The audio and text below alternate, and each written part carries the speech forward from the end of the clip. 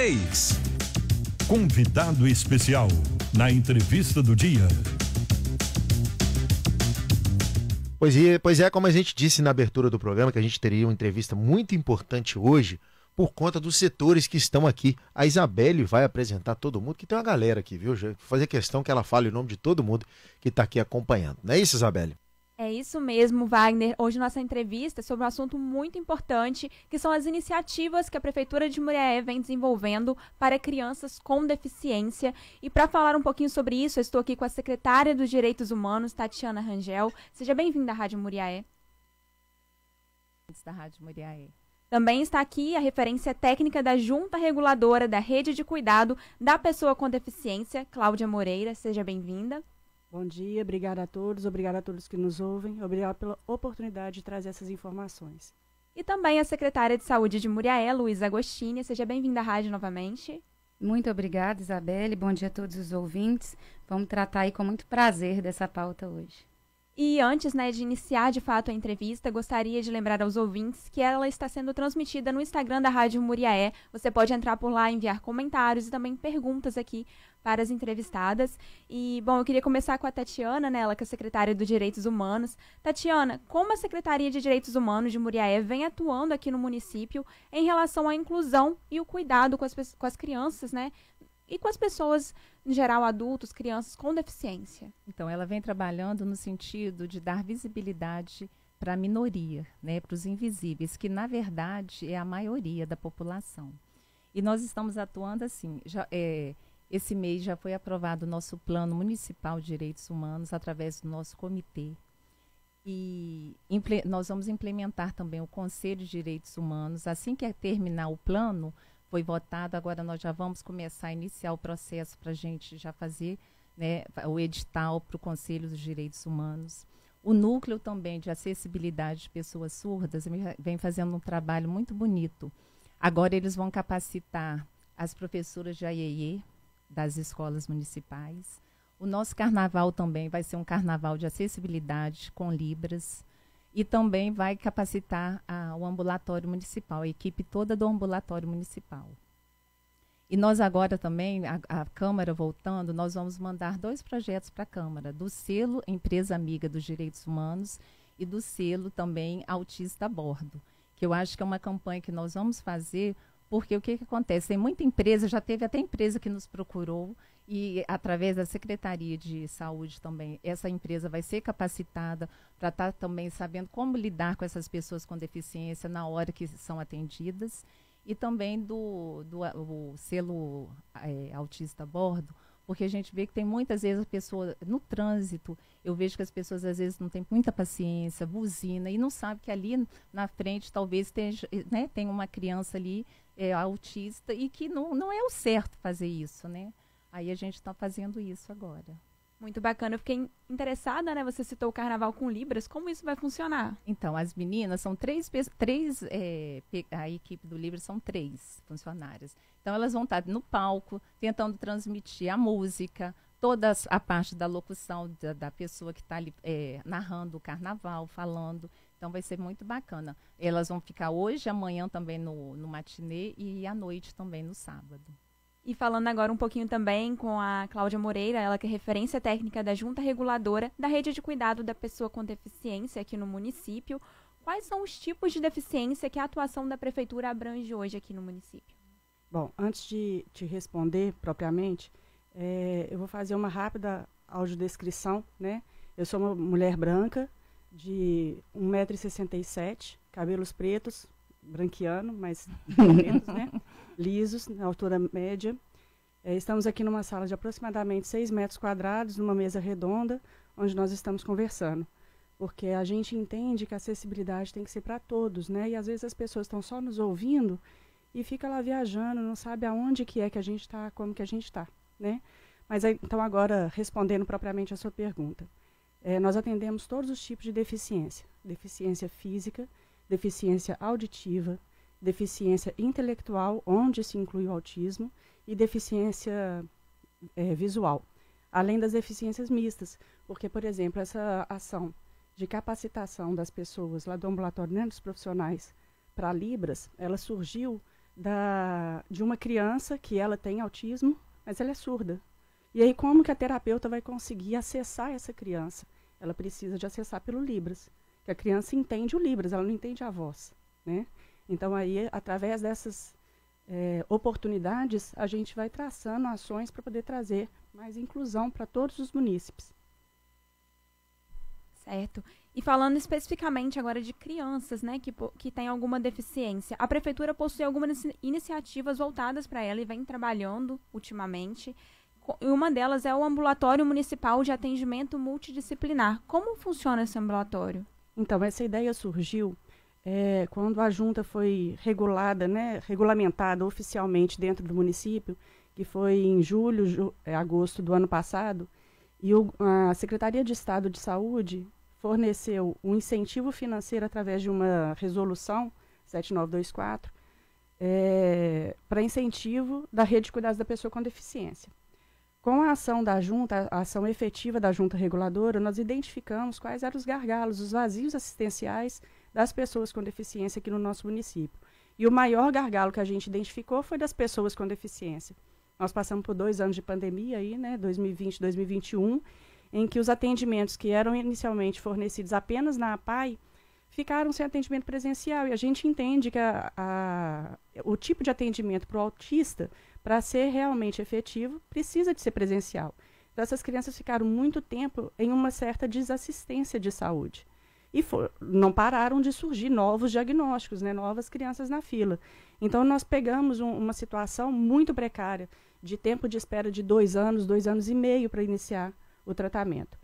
Com esse incentivo financeiro e com o uso de recurso próprio, né, do município, porque a lei ela traz algumas vedações de utilização, como, por exemplo, a gente não podia comprar equipamento para o ambulatório, então esse equipamento que tem lá foi comprado com recurso do município, né? Então nós juntamos essas forças de incentivo financeiro da Secretaria de Estado e o incentivo financeiro do próprio município para poder construir o ambulatório.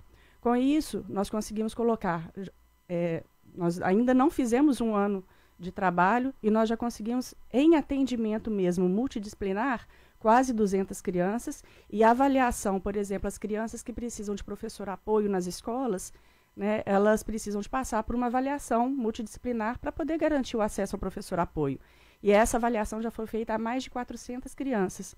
Então, a gente consegue fazer, em ação conjunta da Secretaria de Direitos Humanos, Secretaria de Saúde, Desenvolvimento Social e Educação, né, porque é a Prefeitura de Muriaé, né, a ação tem que ser junta, né, a gente consegue trazer bastante atendimento para essas crianças.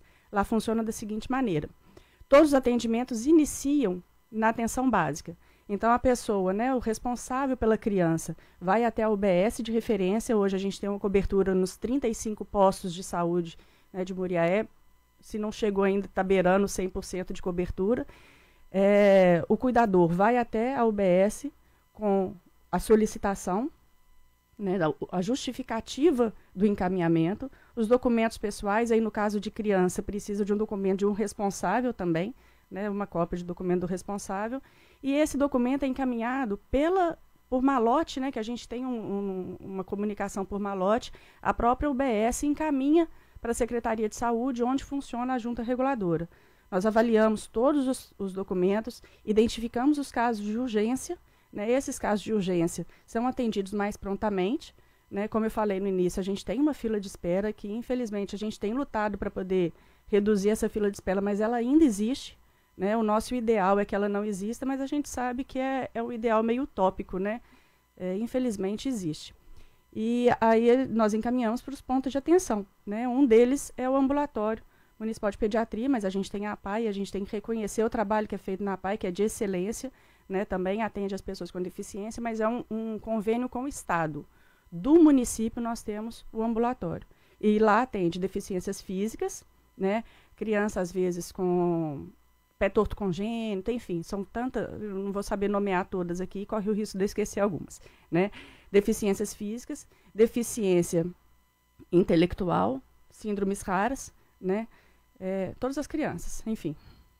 Você falou aí num ponto, deixa eu só fazer um adendo, um ponto dos professores de apoio, mandar um abraço para todos eles que fazem um trabalho maravilhoso. Minha esposa é professora de apoio, né, e eles fazem um trabalho maravilhoso para conseguir captar a característica de cada aluno que precisa, é muito importante, fazem um trabalho maravilhoso, todos os professores. Exato. Os professores de apoio têm o meu carinho e minha admiração, porque a minha esposa se apega à criança, né? Tem um amor incrível à criança. Vou dar um abraço para todos eles que fazem um trabalho maravilhoso. Isso é um tratamento, um acompanhamento, né, individualizado, né, muito bacana, porque a criança às vezes está lá no 3º ano e ainda não está alfabetizada, né, e aí está só passando de ano, na verdade ela não está aprendendo, ela não está incluída, ela está inserida, né, dentro da escola. Então a gente tem que trabalhar a inclusão real e a gente está buscando muito isso. A Junta Reguladora é uma união dessas secretarias, né, de Educação, Desenvolvimento Social e Saúde. Então, a gente age muito, a Ana Paula, que é a nossa referência da escola inclusiva, faz um trabalho excelente dentro da escola também. E outra forma de garantir esses direitos, né, que está sendo desenvolvida é a oferta gratuita do cordão de girassol. Quais os direitos esse cordão garante e como que faz para o responsável pela criança com deficiência adquirir? É uma ação da Secretaria de Direitos Humanos e da Secretaria de Saúde, né? O cordão de girassol, ele dá direito ao acesso prioritário, não é gratuidade. Isso a gente tem que deixar muito claro, né? Ele não dá direito à gratuidade, ele dá direito ao acesso prioritário. São aquelas pessoas que têm doenças que não estão no físico, que você olha na fila, está lá no atendimento preferencial e você fala assim, por que essa pessoa está na frente? Não tem motivo nenhum, estou vendo, é normal, né, entre aspas, e na verdade ela tem uma doença oculta. Né? E aí é para a identificação dessas pessoas com doenças ocultas e que têm acesso prioritário nos atendimentos, em qualquer tipo de estabelecimento público ou privado, é direito do portador de girassol ter o acesso prioritário. Então não é só para crianças? Não, é para adulto, criança, é para todo indivíduo que tem, por exemplo, às vezes tem uma das deficiências, né, das doenças ocultas, a doença de Crohn, que é uma doença do intestino. A pessoa não tem o intestino irritável, ela não consegue ficar fora de casa por muito tempo. Então, ela precisa de ter o acesso mais rápido para poder voltar para casa, né? Então, são todas as pessoas com deficiências ocultas.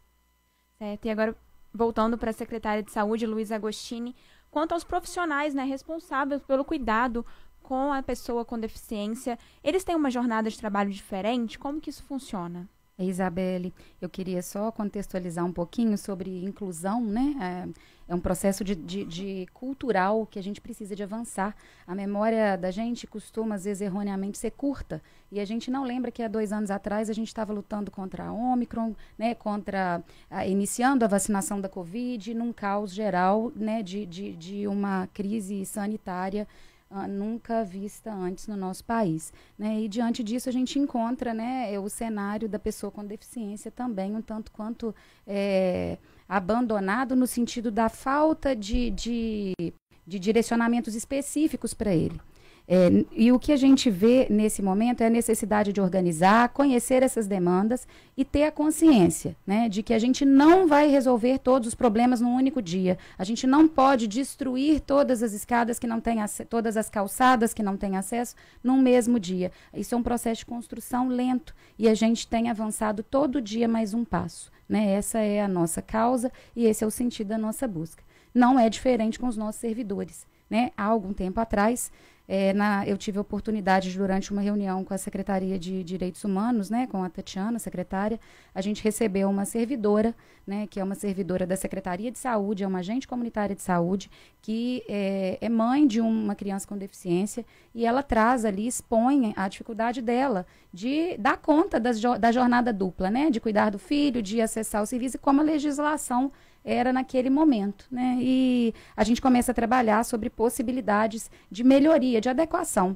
E aí hoje a gente tem uma decisão do Supremo Tribunal Federal, né? Não é uma decisão do município, e aí isso se estende a estados e municípios, né? E a gente está no exato momento de regulamentar isso através do setor da Procuradoria do município, onde eles vão definir qual é o fluxo que os nossos servidores vão ter que seguir para conseguir o acesso da redução da carga horária, tá? Qual que é a definição dos critérios, quais são os documentos que ele precisa de portar para poder acessar essa redução, esse direito dele, né? Mas isso eu acredito que dentro de uma semana ou 2 a Procuradoria já nos retorne, tá? É uma decisão do prefeito de que tenha urgência na realização disso, é uma cobrança que ele estabelece já há um tempo, e eu acredito que dentro aí de 1 ou 2 semanas a gente já tenha isso publicado oficialmente, regulamentado no município, tá? De toda forma, a gente reconhece né, que é fundamental garantir esse direito para os nossos servidores.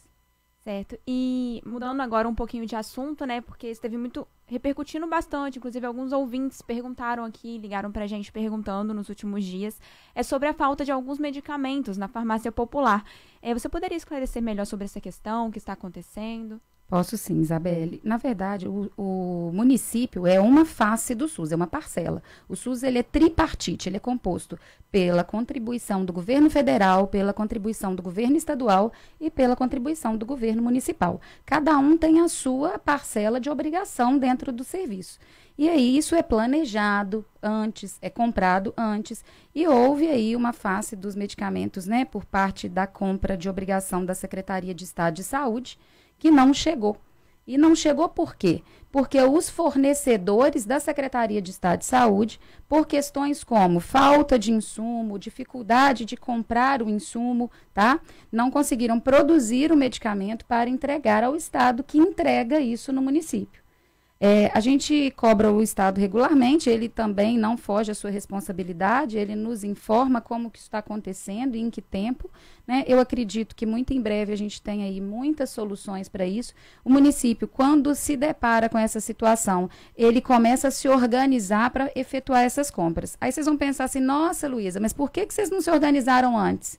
Porque seria o mau uso do dinheiro público. O dinheiro do Estado, ele já tem essa obrigação. Então, por que eu não vou otimizar esse dinheiro? Né? Eu não posso comprar 2 vezes a mesma coisa. Ninguém vai ao mercado para eu comprar 2 vezes o mesmo item e deixar de comprar um terceiro.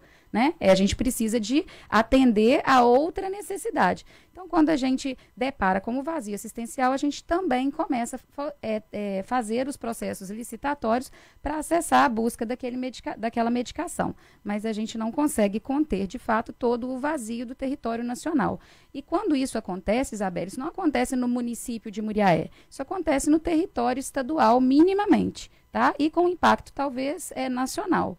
Mas a gente pode também orientar, tem muitos desses medicações que elas são vinculadas à farmácia popular, aquelas farmácias que têm a bandeirinha vermelha, né, escrita bem claramente nas farmácias mesmo do comércio, né, e que a pessoa pode buscar com a receita médica e ela tem a gratuidade também desse insumo dentro dessa farmácia. Então, logo a gente regularize todas as medicações, né, recebendo isso por parte do Estado, né, o Estado nos manifestou essa semana que em breve chega a medicação, a gente vai anunciar só após o recebimento de fato, né, para que a gente tenha certeza disso, a gente vai estar liberando isso com a maior urgência possível. Então, tá aí a secretária de Saúde, Luísa Agostini, né, explicando um pouquinho sobre essa falta de medicamentos na farmácia popular. Mas lembrando aos ouvintes que a gente estava conversando aqui, a entrevista, né, foi sobre benefícios que as crianças com deficiências conseguem pelas iniciativas da Prefeitura de Muriaé, algumas iniciativas que ela está realizando. E para quem chegou agora e não conseguiu acessar essas informações, vai estar disponível no nosso Instagram, através, né, da transmissão que a gente fez aqui nos estúdios, e também em texto na Rádio Muriaé, no site. Daqui a pouquinho é só acessar, que tudo isso vai estar muito bem esclarecido lá.